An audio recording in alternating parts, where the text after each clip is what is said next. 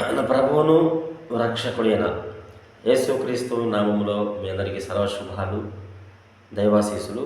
ప్రభునందు ప్రియులారా, బాగున్నారా?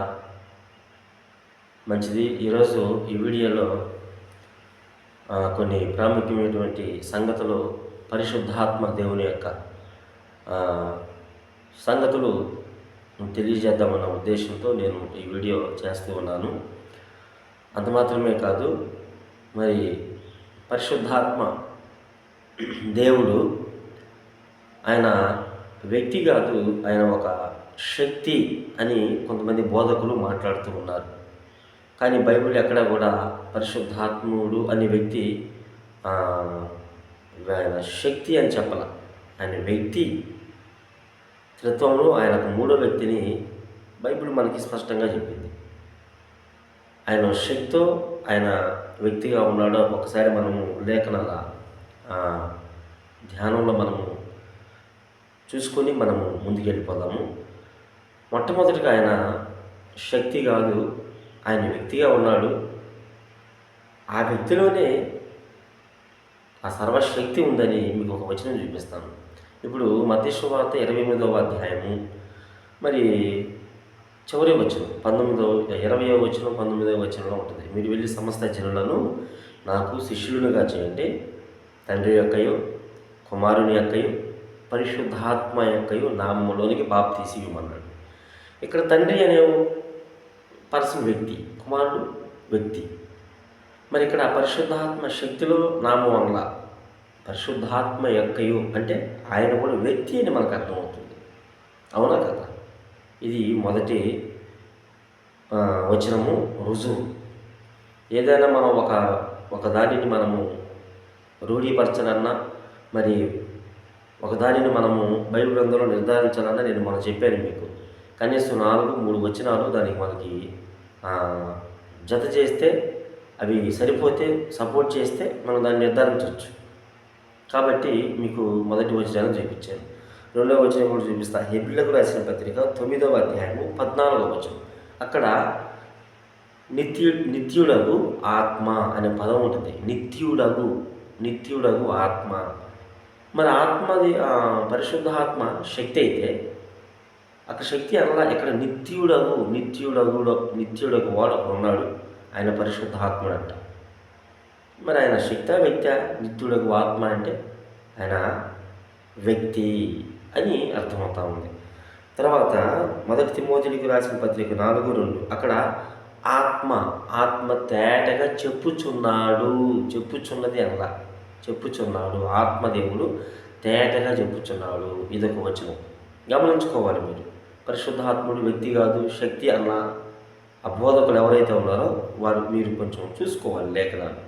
తర్వాత ఎఫెసీయులకు రాసిన పత్రిక 4:4 అక్కడ బాప్తిస్మం ఒక్కటే, విశ్వాసం ఒక్కటే, ఆత్మయు ఒక్కడే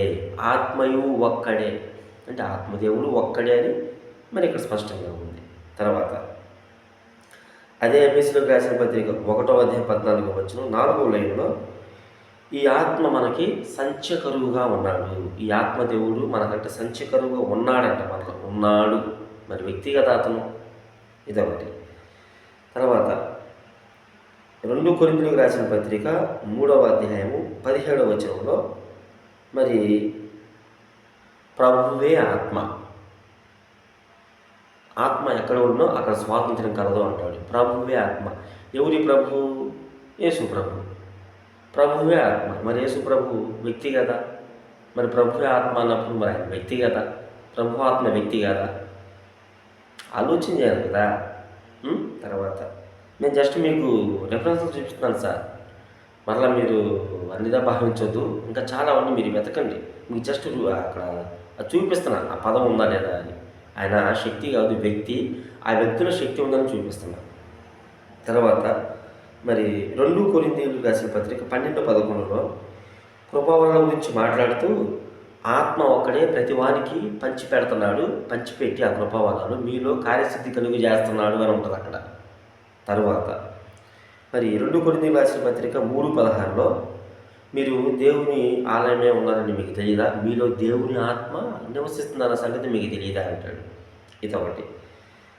తర్వాత అపోస్తల కార్యము 19వ అధ్యాయము 2వ వచనం. పరిశుద్ధాత్ముడు ఉన్నాడన్న సంగతి మాకు తెలియదని అపోల్లో కొరింథీలో ఉన్న వ్యక్తులంట పేతుడికి చెప్పారంట. ఈయనకి పౌలుకి చెప్పారు. మాకు తెలియదయా పరిశుద్ధాత్ముడు ఉన్న సంగతి మాకు తెలియదంటే మరల బాప్తీసం పొందాడు. తర్వాత పరిశుద్ధాత్ముడు యోహాను సువార్త 15:26 ఆదరణకర్త, నా పేరట పంపబోవుడు ఆదరణకర్త ఒకడు ఉన్నాడు, ఆయన పంపిస్తానంటాడు. ఎవరు ఆదరణకర్త అంటే వ్యక్తి శక్తి? వ్యక్తి ఆయన. ఇది మీరు నోట్ చేసుకోవాలండి. జస్ట్ మీకు టూకి కనిపిస్తున్నాను నేను. తర్వాత అదే యోహాను సువార్త 4:24 దేవుడు ఆత్మ గనుక ఆయన ఆరాధించేవారు ఆత్మతో సత్యంతో ఆరాధించాలి. దేవుడు ఆత్మ కదా, పరిశుద్ధాత్ముడు కదా, మరి ఆయన వ్యక్తి శక్తి ఈ లేఖనాన్ని బట్టి. సో దేవుడు వ్యక్తి, ఆ వ్యక్తిలోనే శక్తి ఉంది. సో మట్టుకు మీకు కొన్నే చూపించాను.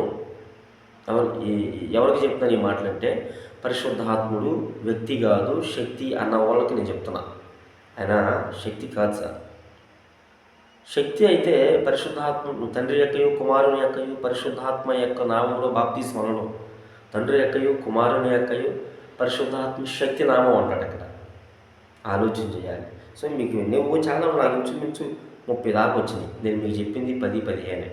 ఆలోచన చేసి అలాంటి బోధన చేయొద్దు, సంఘాన్ని చెడగొట్టొద్దు. త్రిత్వంలో 3వ వ్యక్తి పరిశుద్ధాత్ముడు. కాబట్టి ఈ మాటలు మీరు తీసుకొని ఈ వీడియో చూస్తున్న నా సహోదరులు కూడా అనేక మందికి షేర్ చేసి ఈ సత్యాన్ని మీరు అనేక మందికి తెలియజేయాలని మీ అందరికీ ప్రేమపూర్వకంగా తెలియజేస్తూ నేను ముగిస్తూ ఉన్నాను. మీ అందరూ హృదయపూర్వక వందనాలు.